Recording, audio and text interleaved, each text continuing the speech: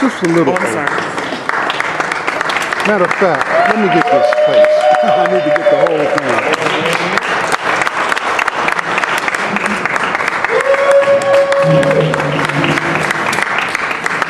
Put it over there.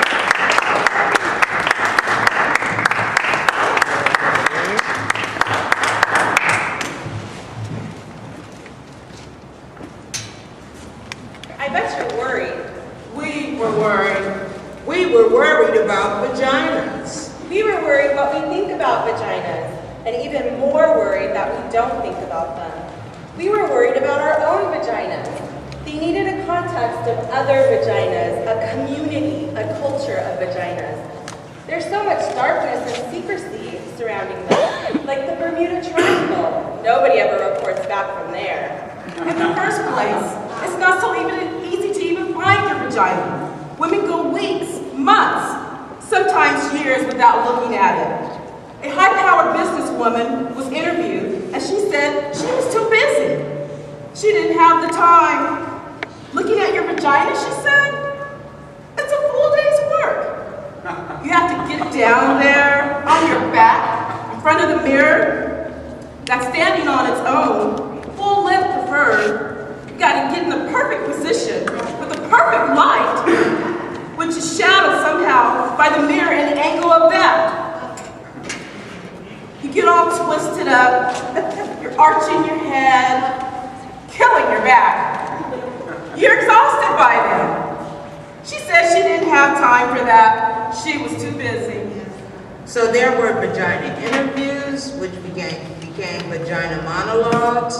Over 200 women were interviewed. Older women, young women, married women, lesbians, single women, college professors, actors, corporate professionals, sex workers, African American women, Asian American women, Hispanic women, Native American women, Caucasian women, Jewish women. Okay, at first women were reluctant to talk. They were a little shy, but once they got going, you couldn't stop them. Women secretly love to talk about their vaginas.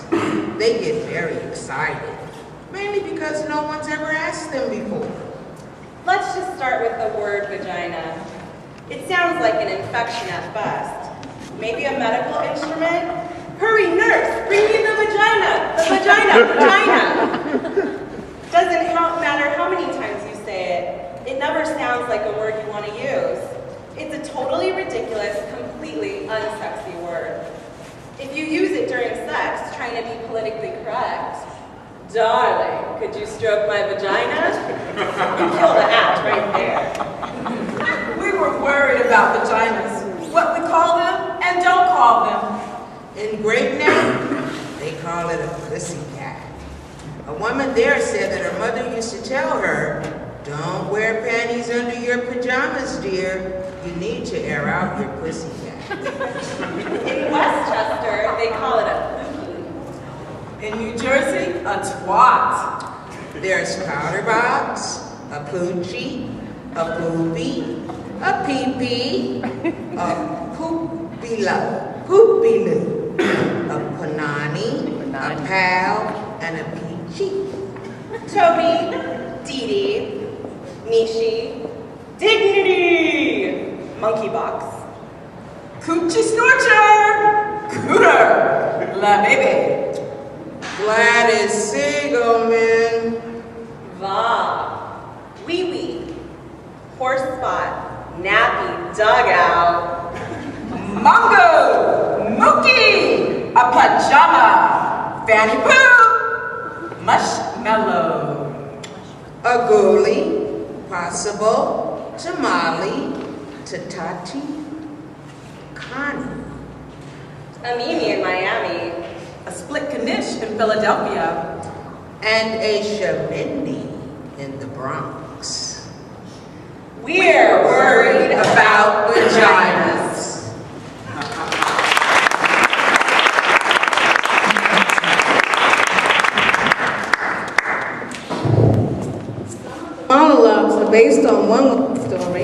Some of the monologues are based on several women's stories surrounding the same theme, and a few times a good idea became an outrageous one. This monologue is based on one woman's story, although the subject came up in every interview and was often fraught, the subject being hair. You cannot love a vagina unless you love hair. Many people do not love hair.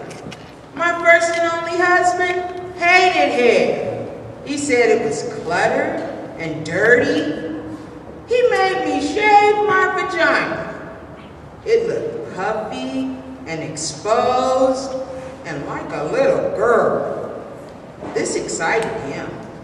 When he made love to me, my vagina felt the way a beard must be. It felt good to rub it and painful. Like scratching a mosquito bite. It felt like it was on fire. There were screaming red bumps. I refused to shave it again. Then my husband had an affair. When we went to marital therapy, he said he screwed around because I wouldn't please him sexually. I wouldn't shave my vagina. The therapist had a German accent, and she gasped between sentences to show her empathy. She asked me why I didn't want to please my husband. I told her I thought it was weird. I felt little when my hair was gone down there, and I couldn't help talking in a baby voice. And the skin got irritated, and even calamine lotion wouldn't help. She told me marriage was a compromise. I asked her if shaving my vagina would stop him from screwing around. I asked her if she had many cases like this before. She said that questions diluted the process. I needed to jump in. She was sure it was a good beginning. This time, when we got home, he got to shave my vagina. It was like a therapy bonus prize. He clipped it a few times. There was a little blood in the bathtub. He didn't even notice it because he was so happy shaving me. Then later, when my husband was pressing against me, I could feel his spiky sharpness sticking into me, my naked, puffy vagina. There was no protection. There was no flow. I realized then that hair was there for a reason. It's the leaf around the flower. It's the lawn around the house. You have to love hair in order to love the vagina. You can't pick the parts you want. And besides, my husband never stopped screwing around.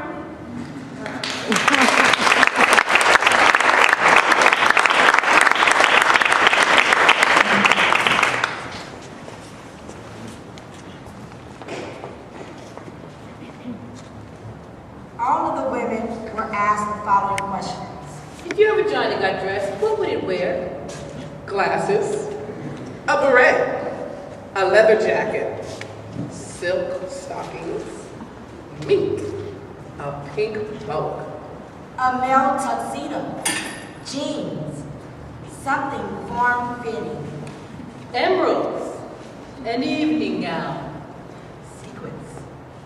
Armani only, a tutu, see-through black underwear, a taffeta ball gown, something machine washable, costume, eye mask, purple velvet pajamas, angora, a red bow, ermine and pearls, a leopard hat, a silk kimono, sweatpants, a tattoo, an electrical shock device to keep unwanted strangers away.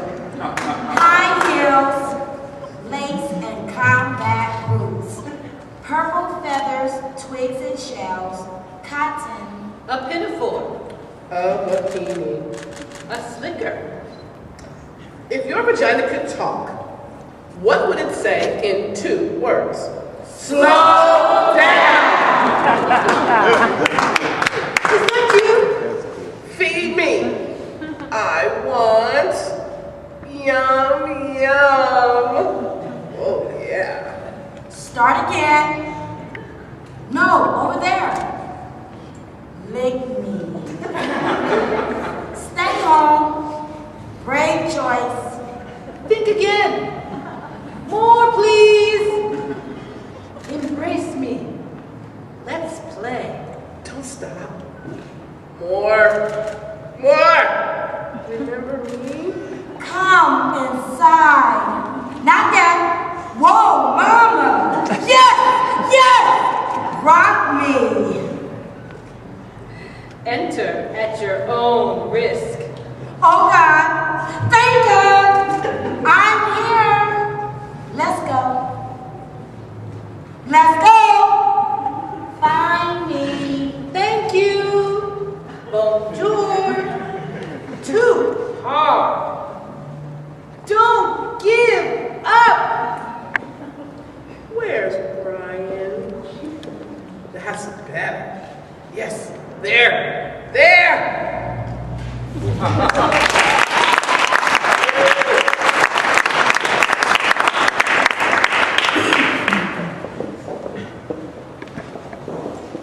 For women between the ages of 65 and 75 were interviewed. These interviews were the most poignant, possibly because many of these women had never had a vagina interview before. One woman was 72 and had never even seen her vagina. She washed herself in the shower and bath, but never with conscious intention. Never had an orgasm. At 72, she went into therapy, as they do in New York. And with the help of her therapist, she went home one afternoon by herself, lit some candles, took a bath, played some music, and she got down with herself. She said it took her over an hour because she was arthritic. But when she finally found her clitoris, she said she cried. This monologue is for her. Down there? I haven't been down there since 1953. No, it had nothing to do with Eisenhower. No, it's a cellar down there. It's very damp and clammy. You don't want to go down there, trust me. You'd get sick, suffocating. It's very nauseating. The smell of the clamminess and the mildew and everything, woof, smells unbearable. Gets in your clothes. No, there was no accident down there. It didn't blow up or catch on fire or anything. It wasn't so dramatic. I mean, well, never mind. No, never mind. I can't tell you this. What is a smart girl like you going around talking to old ladies about their downstairs for? We didn't do this kind of thing when I was a girl. What? Oh, Jesus, okay. There was this boy, Andy Leftwolf. Andy was cute. Well, I thought so. And he was tall like me. And I really liked him. He asked me for a date in his car. I can't tell you this. I can't do this. Talk about down there. Just know it's there. It's like the cellar. There's rumbles down there sometimes. You can hear the pipes. Things get caught there. Little animals and things. And it gets wet. And sometimes people have to plug up the leaks. Otherwise, the door stays closed. You forget about it. I mean, it's part of the house, but you don't see it or think about it. It's gotta be there though, because every house has a cellar. Otherwise, the bedrooms would be in the basement. Oh, Andy. Oh, yeah, Andy left quite right.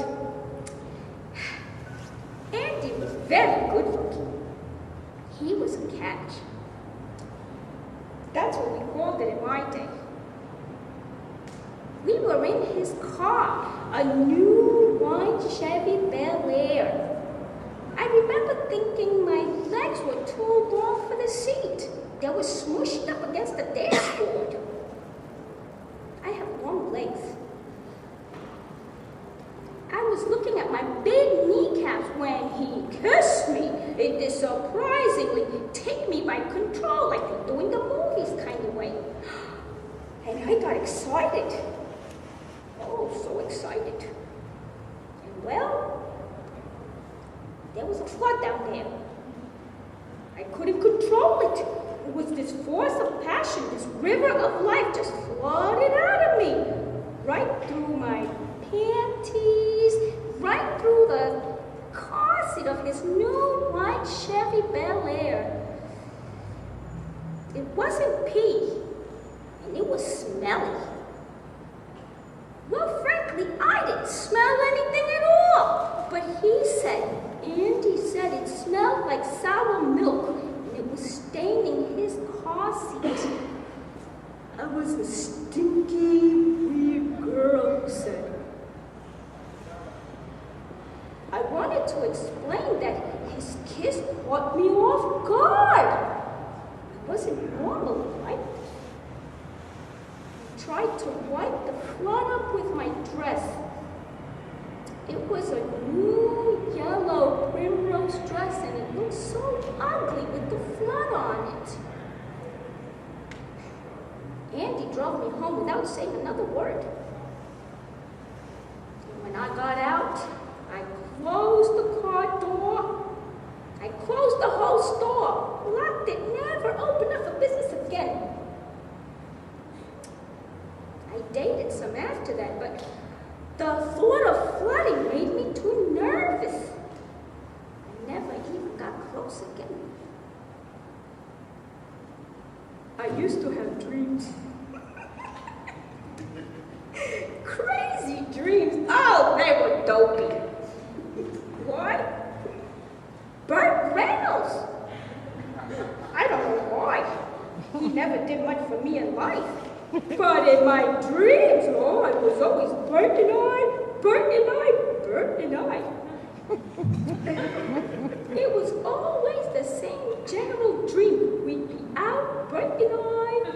It was some restaurant like the kind you see in Atlantic City, all big with chandeliers and stuff, and thousands of waiters with their vests. He'd give me an orchid corsage, and I'd pin it on my blazer. And we'd laugh. Oh, we were always laughing, Bert and I, laughing. And we'd eat shrimp cocktails, huge shrimp, fabulous shrimp.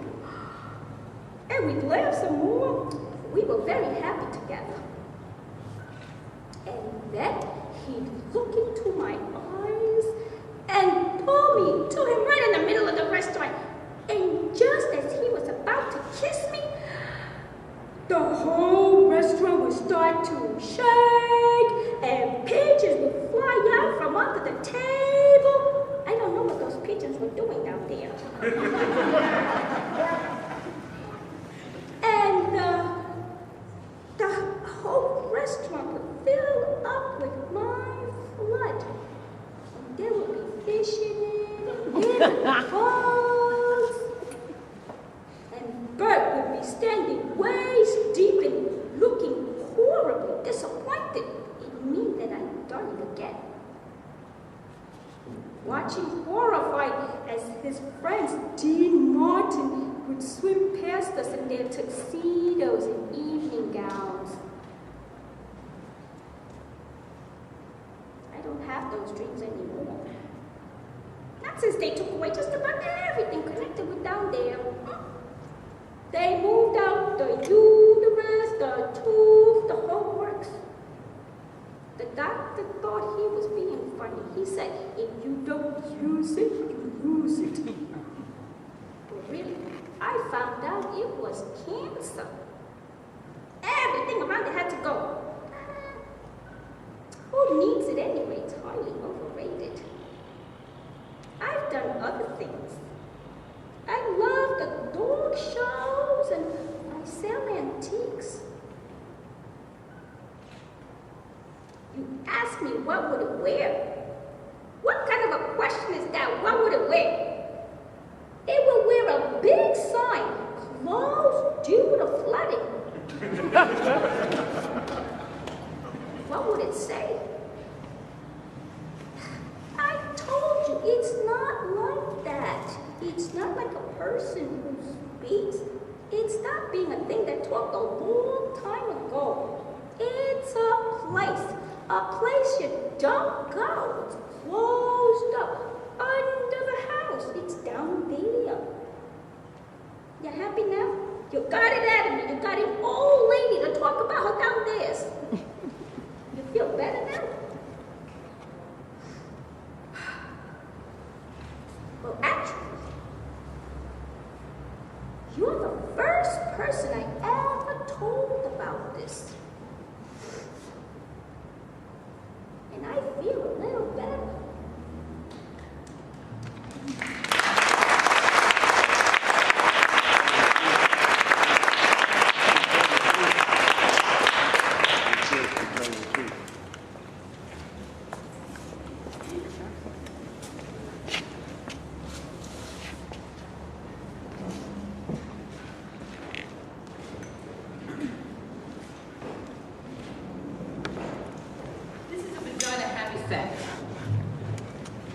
This is from Women and Individuality by Natalie Ann J. The clitoris is pure in purpose. It's the only organ in the body designed purely for pleasure.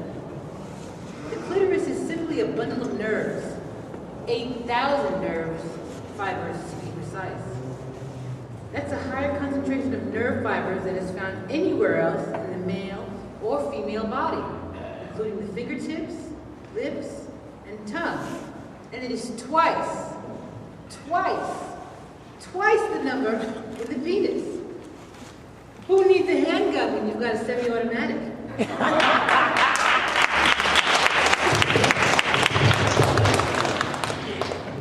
This monologue was based on an interview with a woman who had a good experience. My vagina is a shell, a round, pink, tender shell, opening and closing, closing and opening. My vagina is a flower, an eccentric tulip, the center acute and deep, the scent delicate, the petals gentle but sturdy. I did not always know this. I learned this in the Vagina Workshop.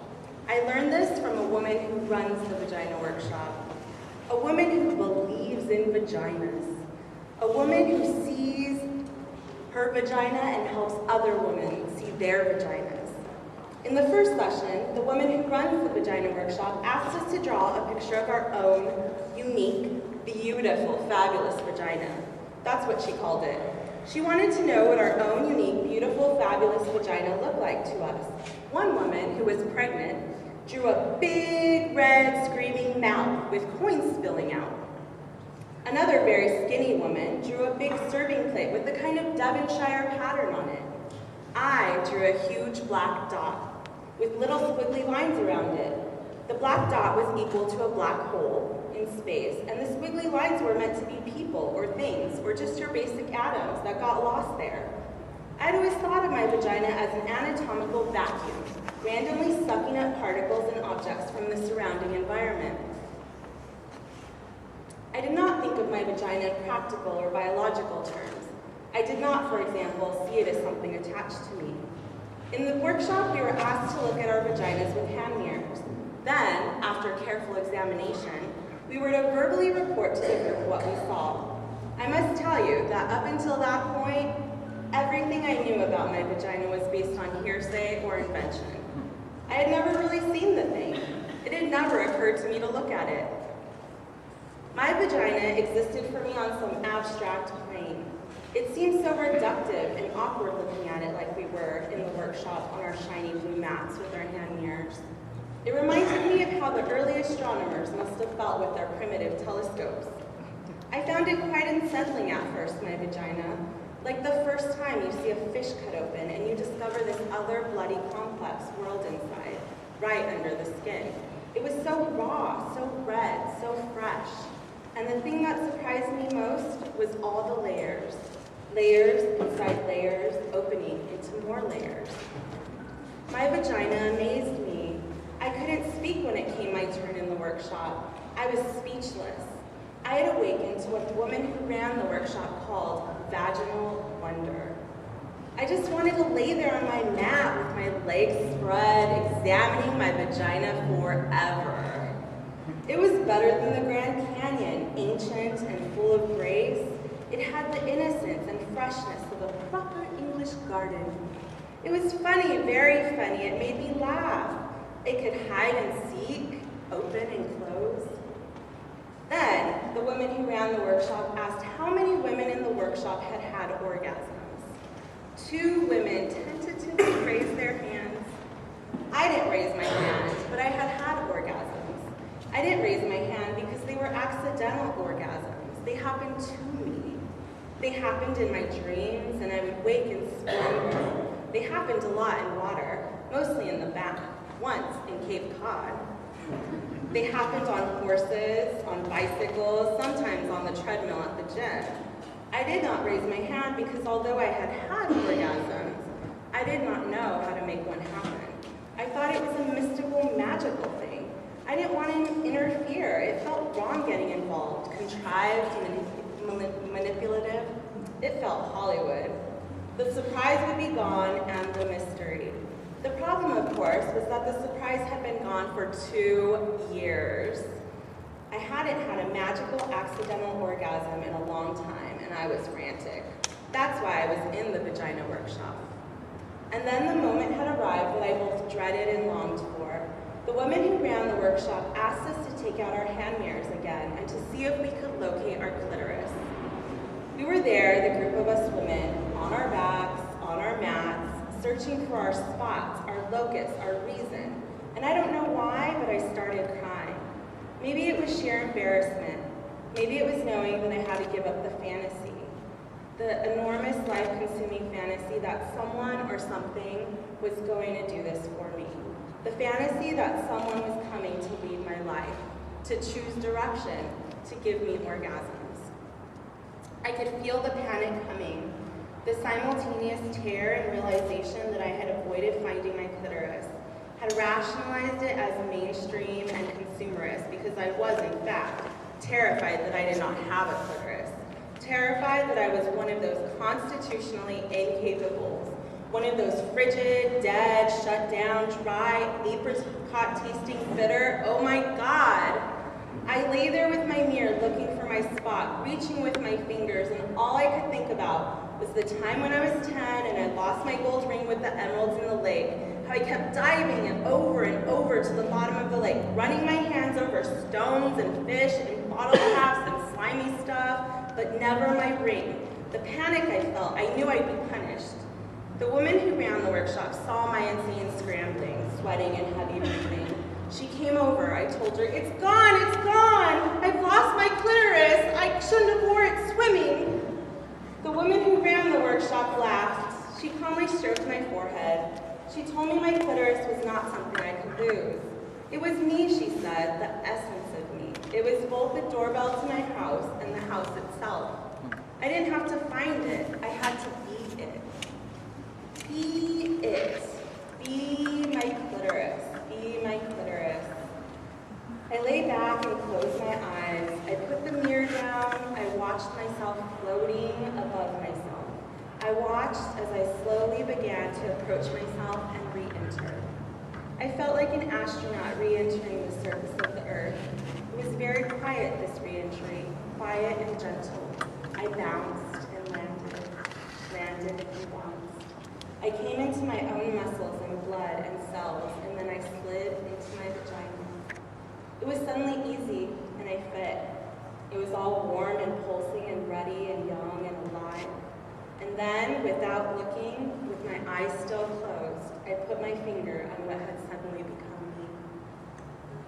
There was a little quivering at first, which urged me to stay. Then the quivering became a quake, an eruption, the layers dividing and subdividing. The quaking broke open into an ancient horizon of light and silence, which opened onto a plane of music and colors and innocence and longing. I felt connection, calling connection, as I lay there about on my little piano. My vagina is a shell, a tulip, and a destiny. I am arriving as I am beginning to leave. My vagina, my vagina.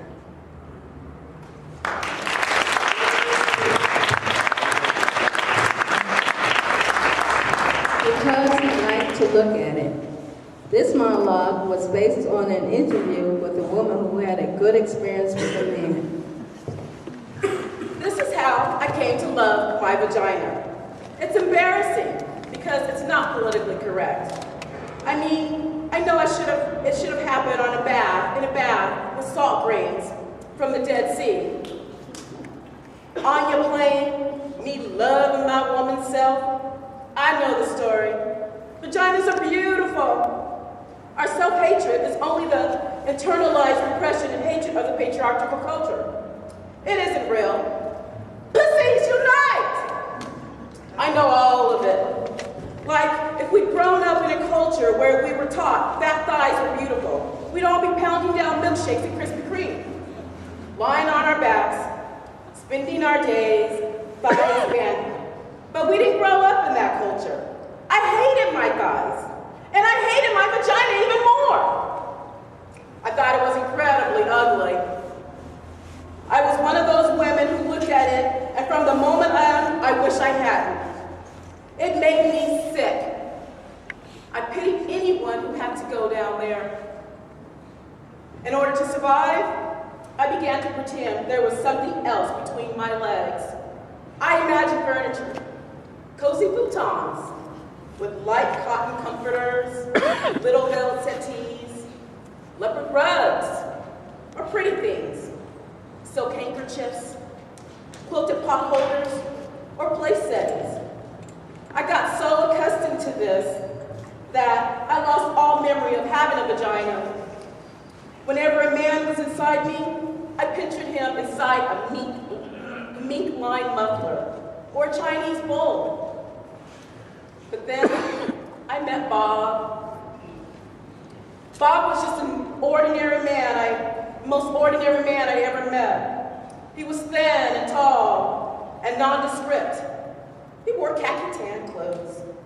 Bob didn't like spicy foods, and he didn't like prints. He had no interest in sexy lingerie. In the summer, he spent time in the shade. He did not share his inner feelings. He did not have any problems or issues and was not even an alcoholic. He wasn't very funny or articulate or mysterious. He wasn't mean or unavailable. He wasn't self-involved or charismatic. He didn't drive fast. I didn't particularly like Bob. I would have missed him altogether if he hadn't have picked up my change that I dropped on the deli floor. When he handed me back my quarters and pennies, and his hand accidentally touched mine, something happened. I went to bed with Bob. That's when the miracle occurred. Turned out Bob loved vaginas. He was a connoisseur. He loved the way they felt, the way they tasted, the way they smelled. But most importantly, he loved the way they looked. He had to look at them. The first time we had sex, he told me he had to see me. I'm right here, I said. No, he said, I have to see you. Turn on the light. I said, thinking he was a weirdo and freaking out in the dark. He turned on the light. Then he said, okay, I'm ready to see you. Right here, I waved. I'm right here. Then he began to undress me. What are you doing, Bob? I said. I need to see you, he replied. No need, just do it! I need to see what you look like. He said, but you've seen a red leather couch before, I said. Bob continued. He would not stop. I wanted to throw up and die. This is awfully intimate, I said. Can't you just do it? No, he said. It's who you are. I need to look. I held my breath. He looked, and he looked. He got breathy. His face changed. It didn't look ordinary anymore. He looked like a hungry beast. You're so beautiful, he said. You're elegant and deep and innocent. You saw that there? I said. It was like he read my poem. I saw that, he said, and more, much, much more. He stayed looking for almost an hour, as if he were studying a map, observing the moon, staring into my eyes. But it was my vagina! In the light, I watched him looking at me, and he was genuinely excited, so peaceful, euphoric. I began to get wet, turned on. I began to see myself the way he saw me. I began to feel beautiful, delicious. Bob wasn't afraid. He wasn't grossed out. I began to swell, began to feel proud, began to love my vagina. And Bob lost himself there. And I was there with him, in my vagina, and we were gone.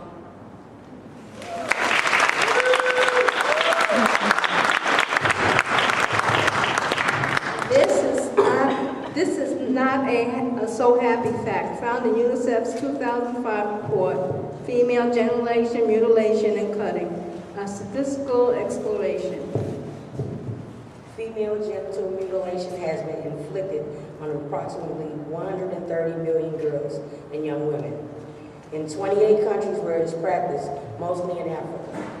About 3 million young girls a year can expect the knife or the razor or a glass shard to cut their clitoris or remove it altogether. In a man, it would range from amputation of most of the penis to removal of all of the penis. Short-term results include tetanus, hemorrhages, cuts in the urethral bladder, vaginal walls, long-term chronic uterine infection, increased agony, and danger during childbirths and early deaths.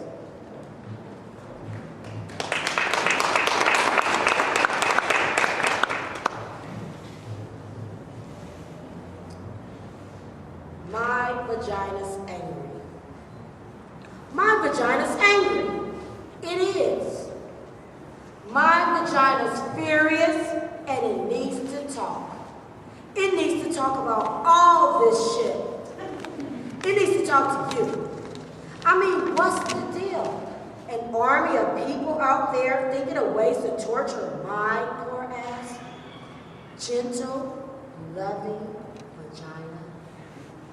Spending their days constructing psycho products and nasty ideals to undermine my pussy. Vagina motherfuckers.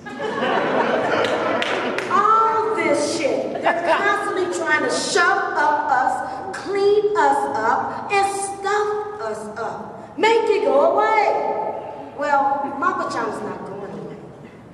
It's pissed off and it's staying right here. Like tampons. What the hell is that? A wad of dry fucking cotton stuffed up there?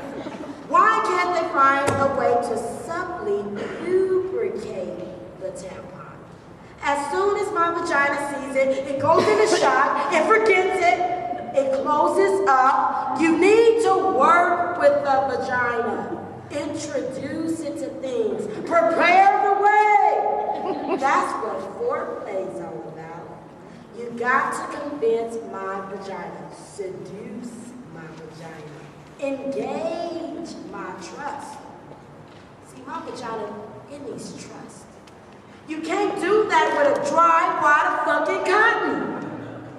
Stop shoving things up me. Stop shoving and stop cleaning it up. My vagina doesn't need to be cleaned up. It smells good already. Don't try to decorate it. Don't believe him when he tells you it smells like rose petals when it's supposed to smell like pussy. That's what they're doing. Trying to clean it up, make it smell like a bathroom spray. Our garden, all those dish sprays, florals and berries and rain. I don't want my pussy to smell like that. All cleaned up, it's like washing a fish after you cook it. I want to taste the fish. That's why I ordered it. Then there's those exams. Who thought them up? There's got to be a better way to do those exams. Why the scary paper dresses that scratches your tits and crunches when you lie down, so when you feel like a wad of paper someone just threw away? Why the rubber gloves? Why the flashlight all up in there like Nancy Drew, working against gravity? Why the Nazi steer sticks? Their mean cold duck lips, they shove inside you. What's that?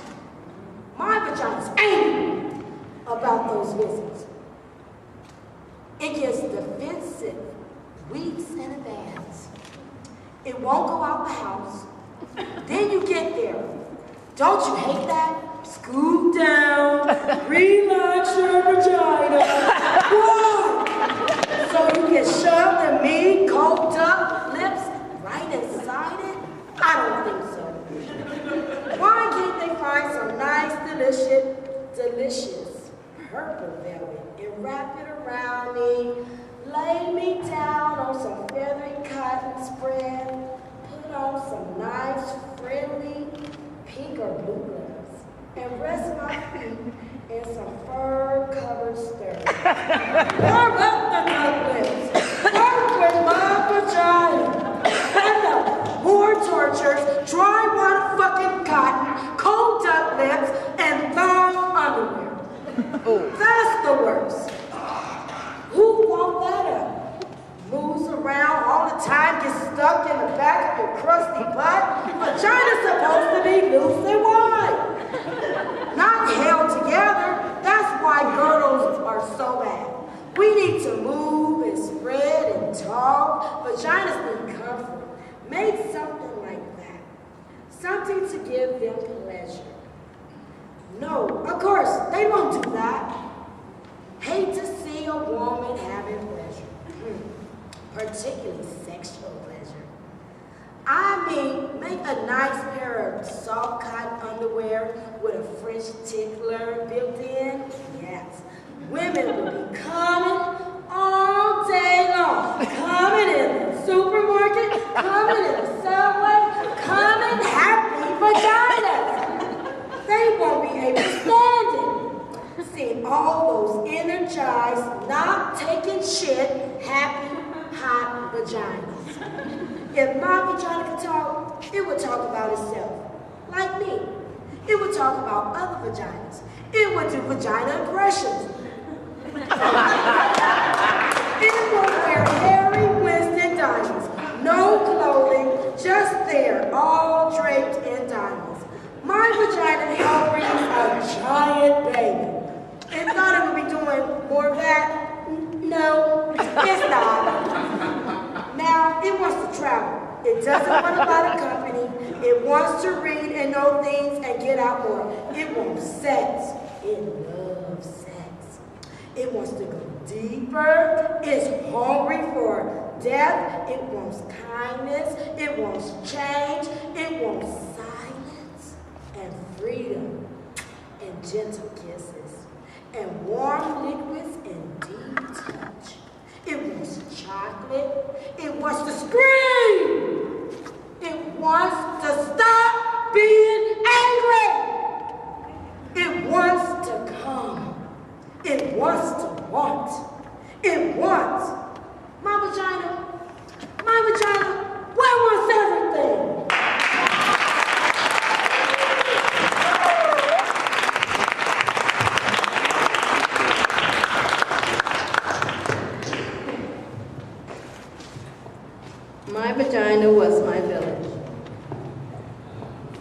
Bosnian women refugees were interviewed during the war in Yugoslavia in refugee camps and centers. 20 to 70,000 women were raped in the middle of Europe as a systematic tactic of war. It was shocking to see how little people did to stop it, but then again, in the United States, each year about 200,000 women are raped, which is another kind of war. This monologue is based on one woman's story. We do it tonight for that woman and the extraordinary women of Bosnia and Kosovo.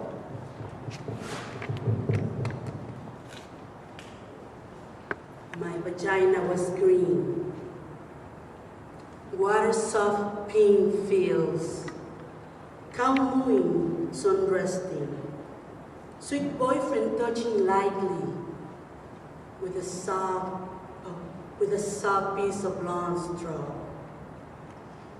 There's something between my legs. I don't know what it is. I don't know what it is. I do not touch.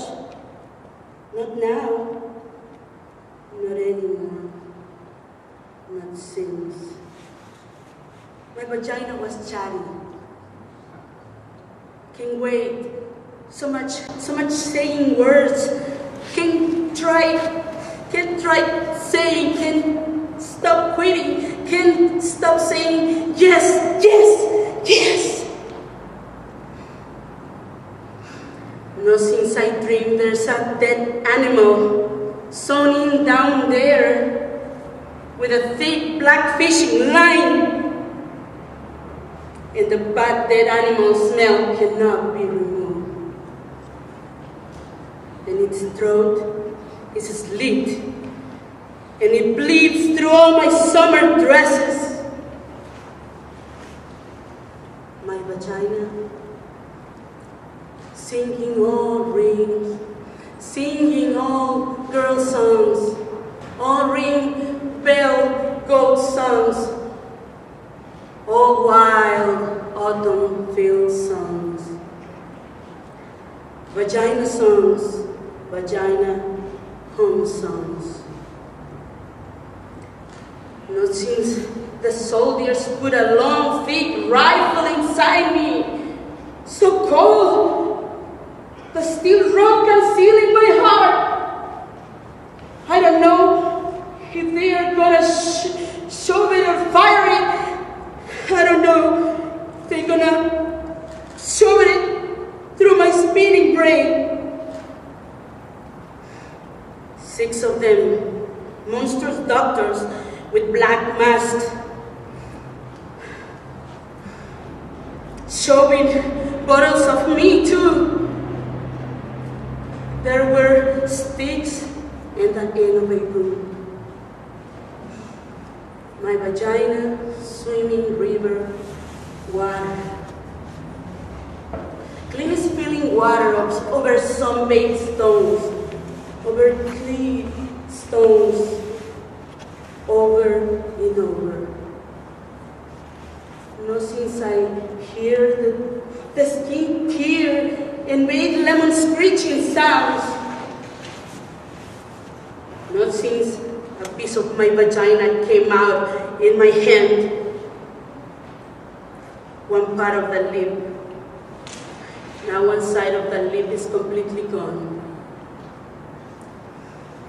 My vagina, a live wet water village. My vagina, my hometown. You know, since they took turns during 7 days, smelling like feces and smoked meat, they left the dirty sperm inside me. I became a river of poison and pus, and the crops died, and the fish. My vagina, a live, wet water village. My vagina, my hometown. They invaded it, they butchered it, they burned it down. church now. Do not visit. I live someplace else now. I don't know where that is.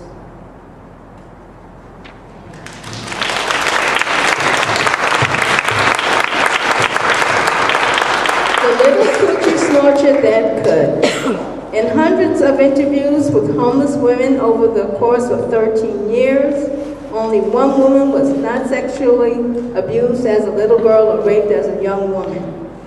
For most of these women, home is a very scary place, a place that they have fled. The shelters are ironically the first place many of them are ever found safety, protection, or comfort. This is a woman's story as she told it.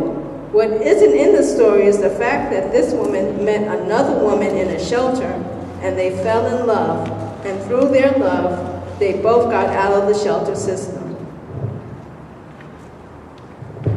Memory, December 1965, 5 years old. My mama tells me in a loud, life-threatening voice to stop scratching my coochie snorcher. I become terrified that I've scratched it off down there. I don't touch myself again, even in the bath.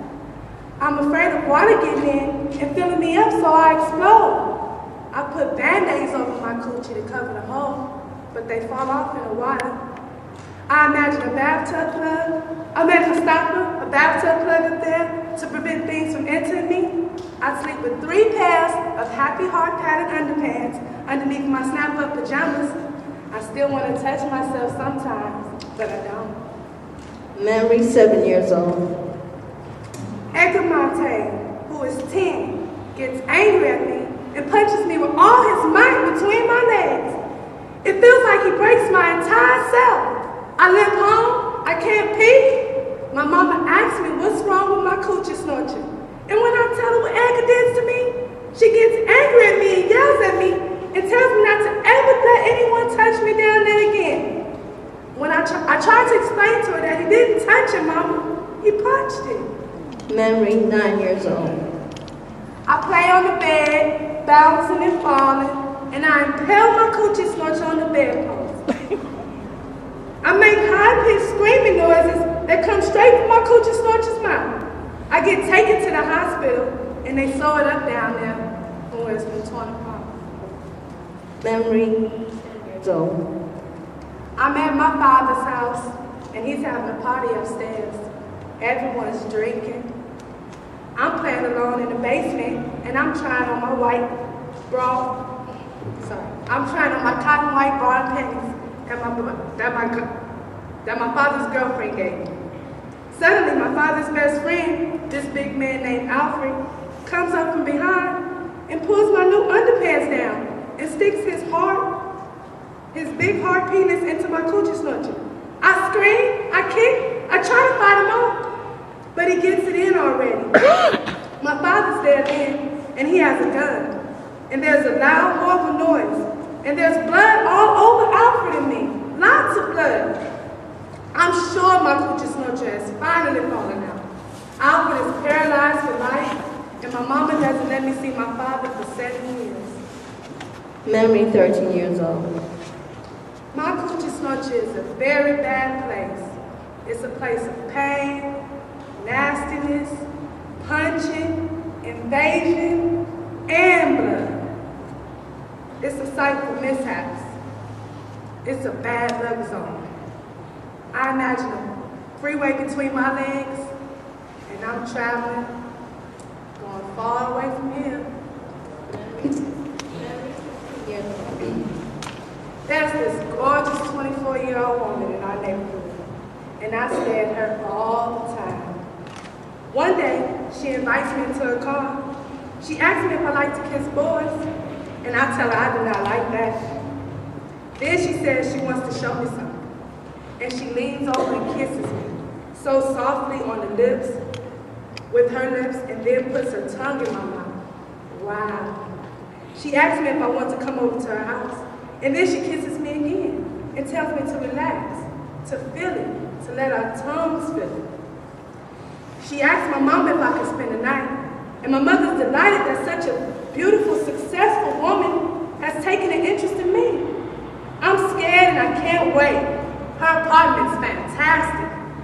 She's got it hooked up. It's the 70s. The beads, the fluffy pillows, the mood lights. I decide right there that I want to be a secretary like her when I grow up. She makes a vodka for herself, and then she asks me what I want to drink. I say the same as she's drinking, and she says she doesn't think my mom would like me drinking vodka. I say she probably wouldn't like me kissing girls either. And the pretty lady makes me a drink. Then she changes into this chocolate satin teddy. She's so beautiful. I always thought bulldaggers were ugly. I say, you look great. She says, so do you. I say, but I only have on this white cotton bra and underpants. Then she dresses me slowly in another satin teddy. It's lavender like the first soft days of spring. The alcohol has gone to my head, and I'm loose and ready. There's a picture over a bed of a naked black woman with a huge afro. She gently and slowly lays me out on the bed, and just our bodies rubbing together makes me come. Then she does everything to me and my coochie snorcher that I always thought was nasty before. And wow, I'm so hot, so wow. She says, your vagina, untouched by a man, smells so nice, so fresh. Wish I could keep it that way forever. I get crazy, wild, and then the phone rings. And of course, it's my mama.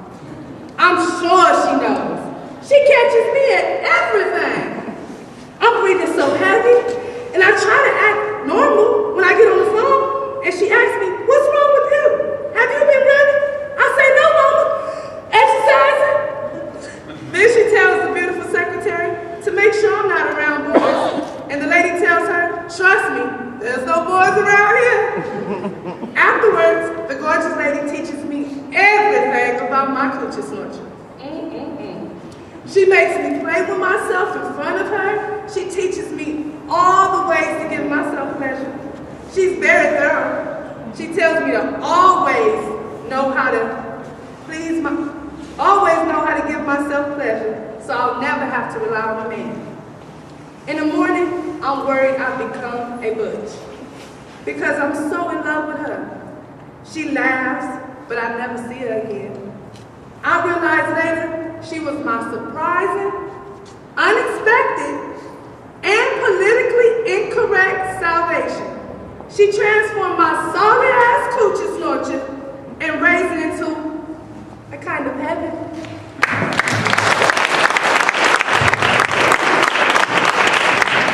Reclaiming cunt. We've created a map of vagina-friendly cities. Welcome, Los Angeles. They are wild for vaginas in Pittsburgh. In fact, a woman from Pittsburgh was obsessed about a particular word, a pejorative word used to describe the vagina. Her mission was to reconceive the word. I call it cunt. I've reclaimed it. Cunt. I really like it. Cunt. Listen to it. Cunt. C. Cut. Cavern. Cackle. Clint. Cute. Come close. C. Come inside. Inside. Cut. Then you. Then cool. Then curvy. Inviting short skin. Uniform. Under. Up. Urge. Up. You. Then in. Then come. Snugly at the spinning perfectly together. In. Nest. Now. Nexus. Nice. Always deaf. Always round and uppercase. Con. In. A death, jagged, wicked pulse. Then warm, then soft in. Warm in. Con. Then T. Then sharp, searching, tangy T. texture, tape, tint, tight, tantalizing, tinting, taste, tendril, time, tactile. Tell me, cunt, say it, tell me, cunt.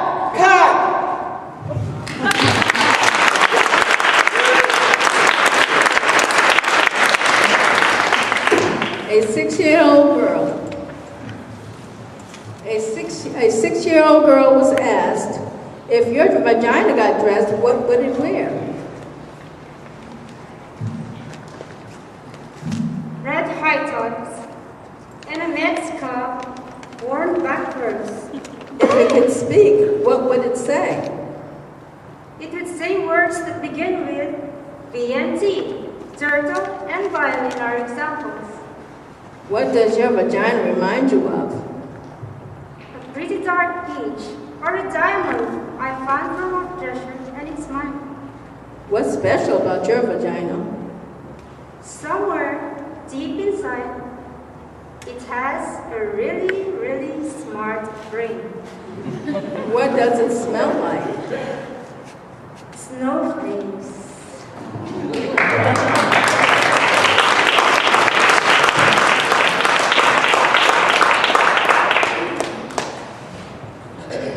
The women who love to make vaginas happy. I love vaginas. I love women. I don't see them as separate things. Women pay me to dominate them, to excite them, to make them come. I didn't start out like this. No, to the contrary. I started out as a lawyer. But in my late 30s, I became obsessed with making women happy. It began as a mission of sorts, but then I got involved in it. I got very good at it, kind of brilliant. It was my art. I started getting paid for it. It was as if I found my calling. I wore outrageous outfits when I dominated women, lace and silk and leather, and I used props. Whips and handcuffs and ropes and dildos. There was nothing like this in tax law. There were no props, no excitement, and I hated those blue corporate suits, although I do wear them from time to time in my new line of work. And they served me quite nicely. There were no props in corporate law. No wetness, no dark, mysterious foreplay, no delicious mouths. But mainly, there was no moaning. Not the kind I'm talking about anyway. This was the key, I see now. Moaning was the thing that ultimately seduced me and got me addicted to making women happy. When I was a little girl, I would see women in movies making love, making strange orgasmic moaning sounds. I used to laugh. I got strangely hysterical. I couldn't believe that big, outrageous, ungoverned sounds like that came out of women. I longed to moan. I practiced in front of my mirror, on a tape recorder, moaning in various keys, various tones, but always, when I played it back, it sounded fake. It was fake. It wasn't rooted in anything sexual, really, only my desire to be sexual. But then, when I was 10, I had to pee really bad once on a car trip. It went on for almost an hour when we finally got to pee in this dirty little gas station. I was so excited. I moaned. I moaned as I peed. I couldn't believe it. Me moaning in a Texaco station in the middle of Louisiana? I realized that the moans are connected with not getting what you want right away, but with putting things off. I realized moans were best when they were caught, when they caught you by surprise. They came out of this hidden, mysterious part of you that was speaking its own language. I realized that moans were, in fact, that language. I became a moaner. It made most men anxious. Frankly, it terrified them. I was loud and they couldn't concentrate on what they were doing. They'd lose focus, then they'd lose everything. We couldn't make love in people's homes. The walls were too thin. I got a reputation in my building and people started staring at me with contempt in the elevator. Men thought I was intense. Some called me insane. I was becoming hopeless when I discovered women. I discovered that most women love my moaning. But most importantly, I discovered how deeply excited I got when I made other women moan. When I was responsible for the other women moaning. I made love to quiet women and found this place inside them, and they shocked themselves in their moaning. I made love to moaners, and they found a deeper, more penetrating moan. It was a kind of surgery, a kind of delicate service, finding the tempo, the exact location or home of the moan. That's what I call it. Sometimes I found it over a woman's jeans. Sometimes I snuck up on it off the record, quietly disarming and surrounding alarms and moving in. Sometimes I use force, but not violence. Oppressing force, more like dominating. I'm going to take you someplace. Don't worry. Lay back. Enjoy the ride. Kind of force. I wasn't fooled by the minor, more obvious moans. Nope, I pushed her further, all the way into her power mode. There's the clit moan, the vaginal moan,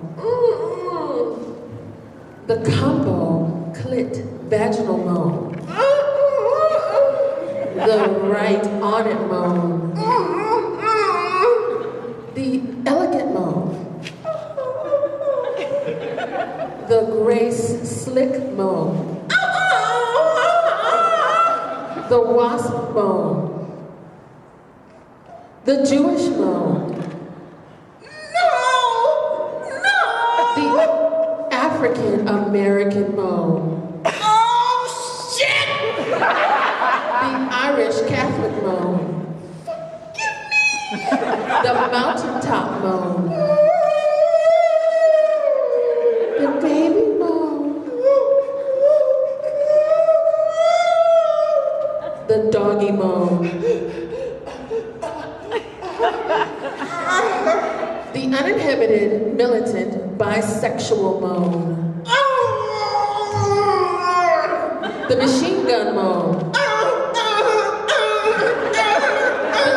the tortured Zen moan, the diva moan, the college moan,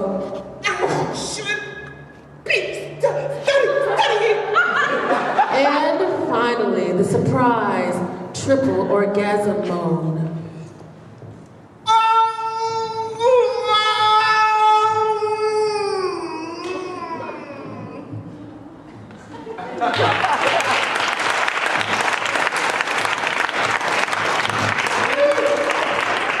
I was there in the room.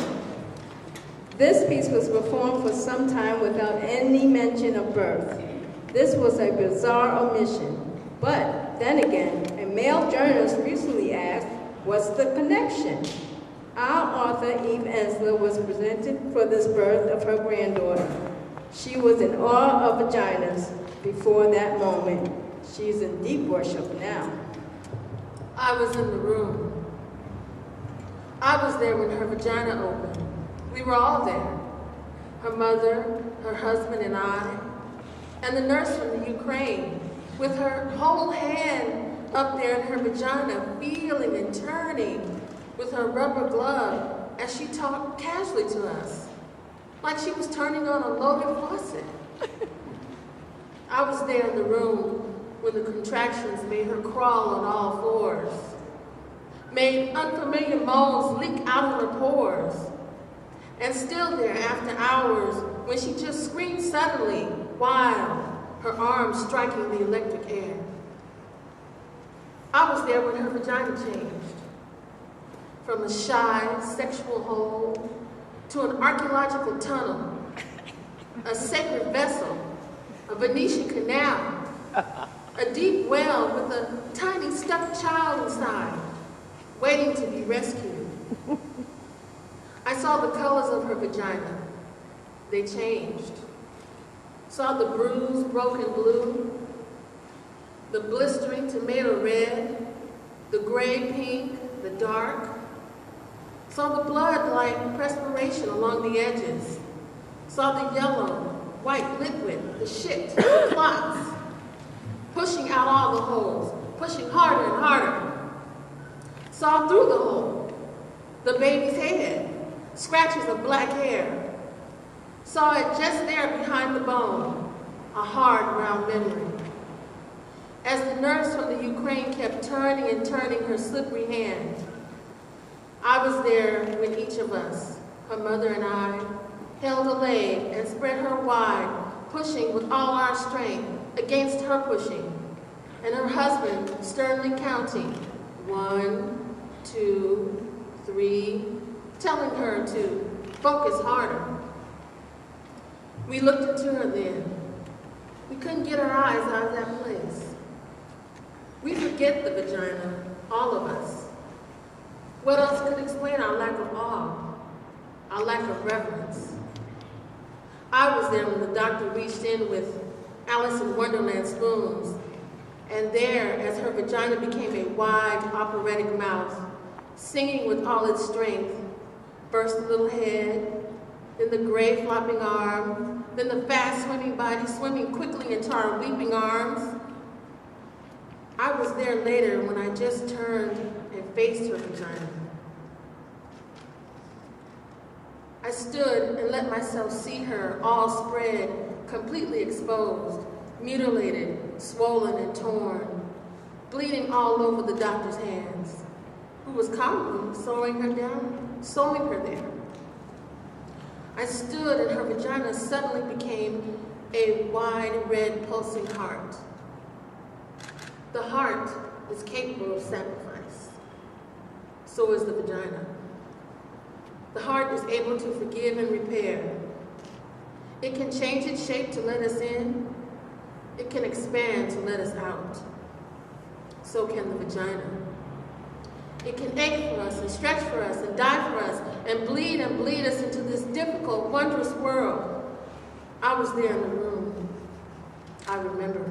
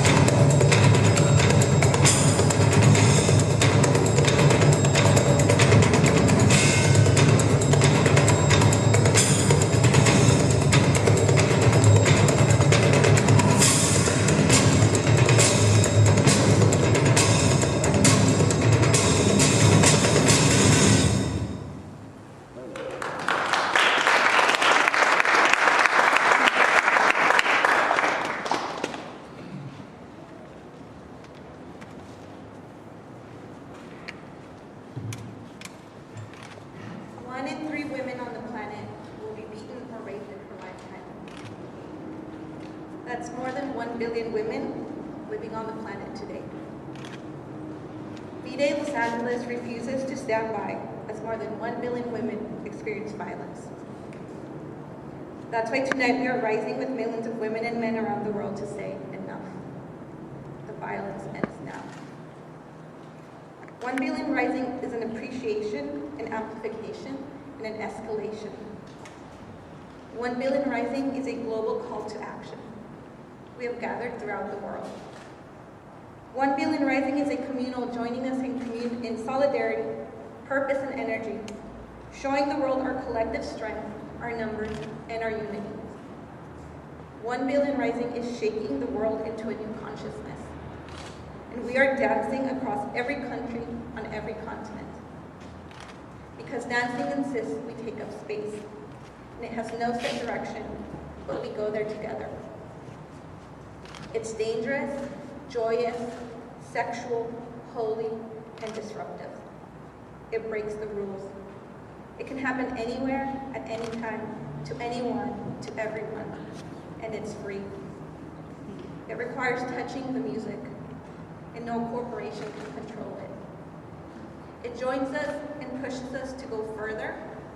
It's contagious and it spreads quickly. It's of the body and it's transcendent. And we are dancing in defiance of the injustices that we, our mothers, sisters, lovers, and friends have suffered. Because 1 billion rising, it's a celebration. And we are dancing in the streets, and in churches, and in stadiums, and in huts, and in our homes. And we are shaking the planet today in a powerful act of refusal to let the violence continue.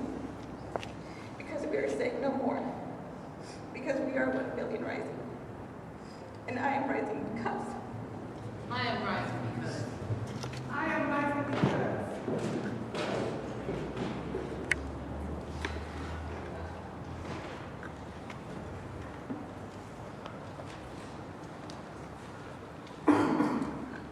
Over it. I am over rape. I am over rape culture, rape mentality, rape pages on Facebook. I am over thousands of people who sign those pages with their real names without shame.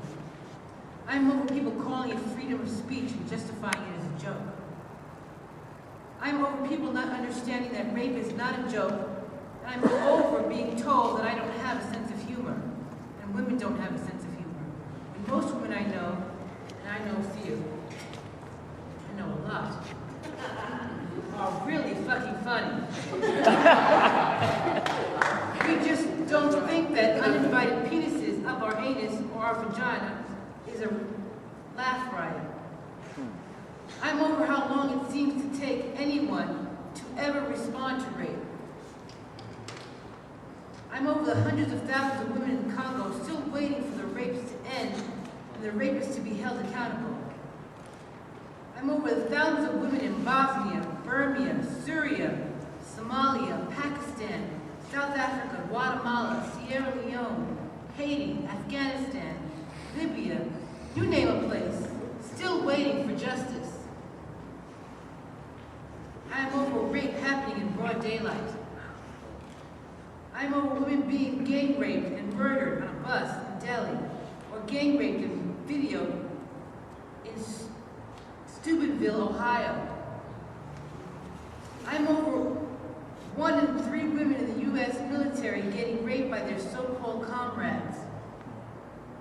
I'm over the forces that deny women who have been raped and the right to have an abortion. I'm over rape victims being re-raped when they try to prosecute their cases. I am over women still being silent about rape because they are made to believe it's their fault or they did something to make it happen. I am over violence against women not being a #1 international priority when 1 out of 3 women will be raped or beaten in her lifetime.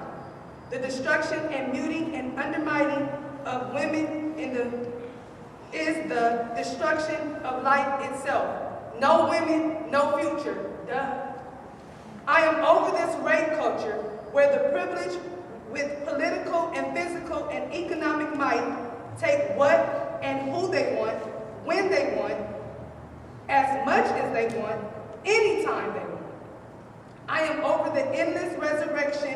of the careers of rapists and sexual exploiters, film directors, world leaders, corporate executives, movie stars, athletes, while the lives of the women they violated are permanently destroyed, often forcing them to live in social and emotional exile. I am over the passivity of good men. Where the hell are you? You live with us, you make love with us, you father us, you befriend us, you brother us, you get nurtured and mothered and eternally supported by us. So why aren't you standing with us? Why aren't you driven to the point of madness and action by rape and the humiliation that it causes us? I'm over years and years of being raped. I'm over thinking about rape every day since I was 5 years old. And reading my insanely crowded inbox of rape horrors every hour, every single day. I'm over being polite about rape. It's been too long now. We have been too understanding. We need to end rape. In every school, park, radio, bus, TV station, household, factory, refugee camp, military base, back room, nightclub, alleyway. We need people to truly try and imagine once and for all what it feels like to have your body invaded, your mind splintered, your soul shattered. We need you to let our rage and our compassion connect us together so we can change the paradigm of global rape. There are approximately 1 billion women on the planet that have been violated.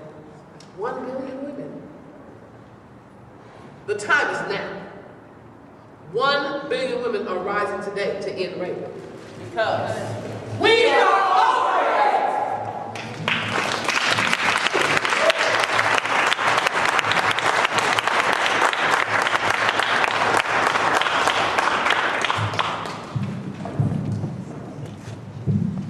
Tonight's cast introductions are Cheryl Castillo in the introduction and Vagina Monologues,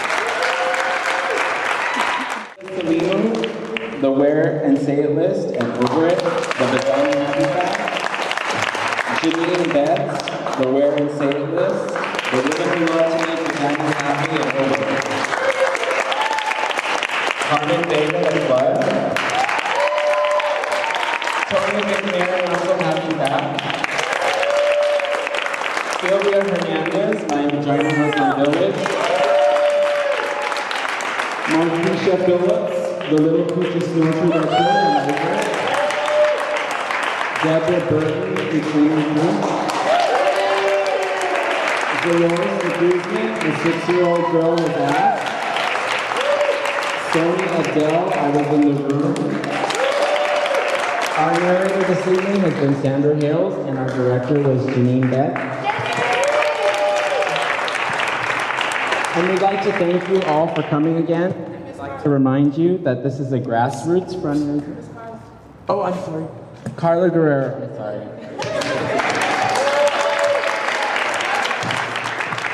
So.